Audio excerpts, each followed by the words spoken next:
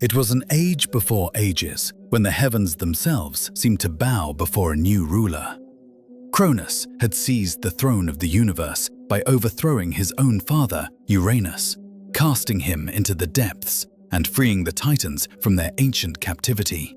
The cosmos held its breath. Power had changed hands. And for a brief, dreadful moment, it appeared that Cronus stood unrivaled, unchallenged, supreme over all creation. With the Titans gathered at his side, Cronus ruled with absolute authority. His dominion stretched across the heavens and the earth, vast and unopposed.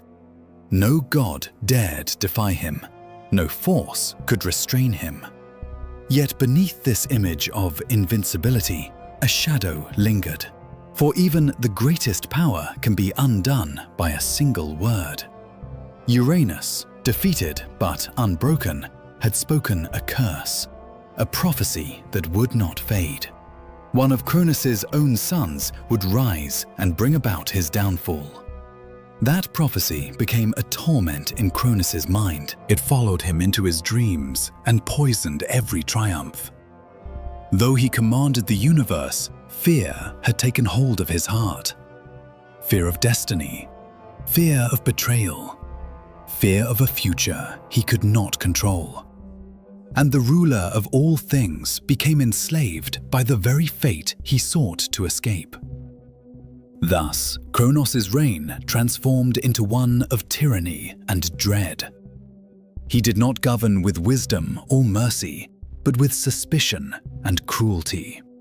His throne stood unshaken, yet his spirit was already cracking. For when a king declares war on destiny itself, his fall has already been set in motion, and the universe was watching. Rhea, the queen of the Titans, was beloved by all who beheld her. Gentle yet radiant, she carried within her the promise of a new generation of gods. When she gave birth to her first child, a daughter named Hestia, the world seemed to soften. The infant radiated innocence, warmth, and peace.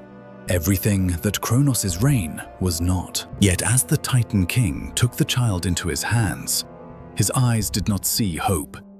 They saw the future that terrified him. In the gaze of that newborn, Cronus imagined his own destruction. The prophecy whispered again. Fear surged, violent and uncontrollable.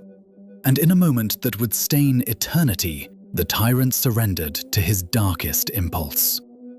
Without mercy, without hesitation, Cronus devoured his own child. Rhea's scream echoed through the halls of power, but it fell upon a heart already hardened by dread. Again and again, the horror was repeated. Each time Rhea gave birth, Cronus waited. Each time, he tore the child from her trembling arms. Hera, Demeter, Hades, Poseidon. One by one, the children vanished into the abyss of their father's hunger. Rhea begged. She wept.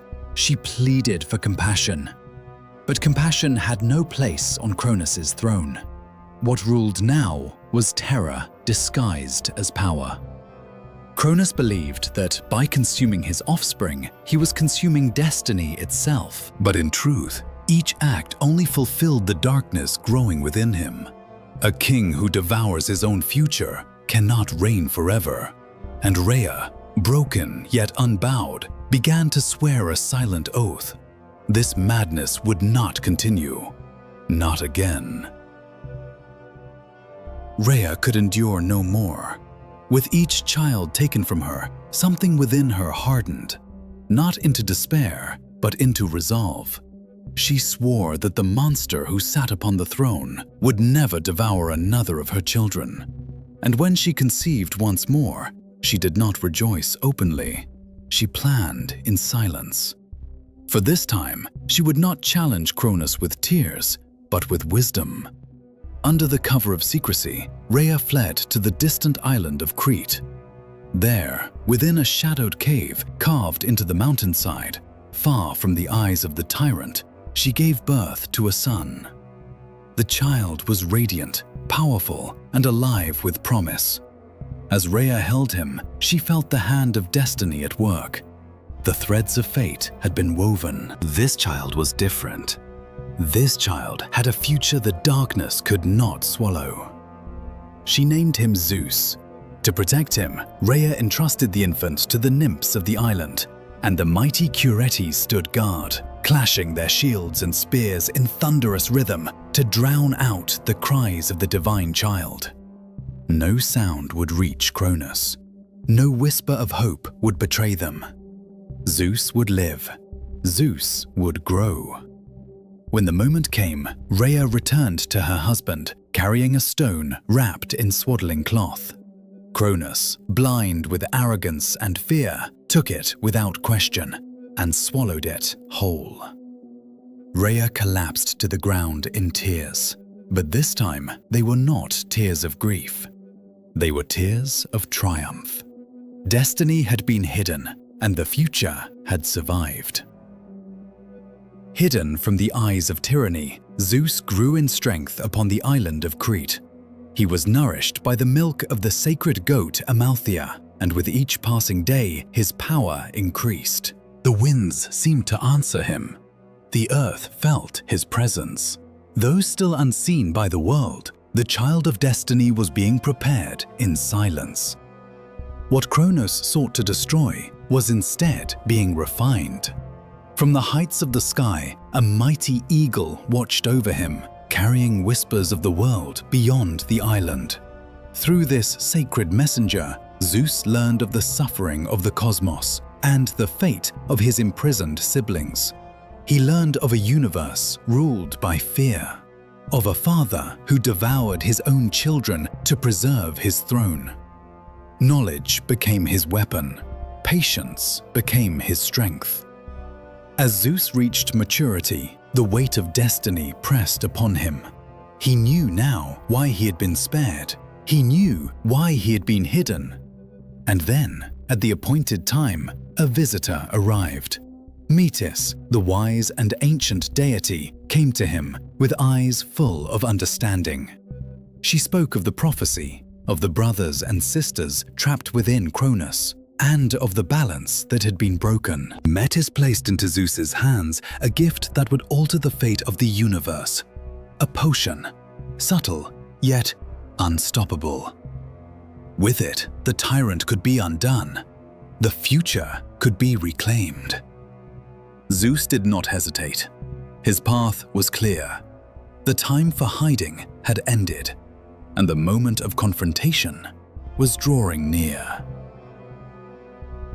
Disguised and unseen, Zeus made his way to Mount Orthrace, the impregnable stronghold of the Titans. The air itself seemed to tremble as he entered the presence of Cronus, the ruler who believed himself eternal. Zeus carried with him the potion given by Metis, presenting it as a rare and delightful delicacy. Cronus, drunk on power and convinced of his own invincibility, suspected nothing. No one, he believed, could threaten the king of the universe. He drank, and almost immediately something went wrong. The mighty Titan began to retch, his body convulsing as the deception took hold. What had once been hidden was now forced into the light. One by one, the children he had devoured were released. Hestia, Hera, Demeter, Hades, and Poseidon. Fully grown, filled with rage, and hungry for justice. The throne room shook as destiny unfolded. Last of all, Cronus expelled the stone that had fooled him long ago, the silent witness of his downfall. Zeus stood before his freed siblings, no longer hidden, no longer afraid. Together, they rose against the tyrant who had ruled through fear.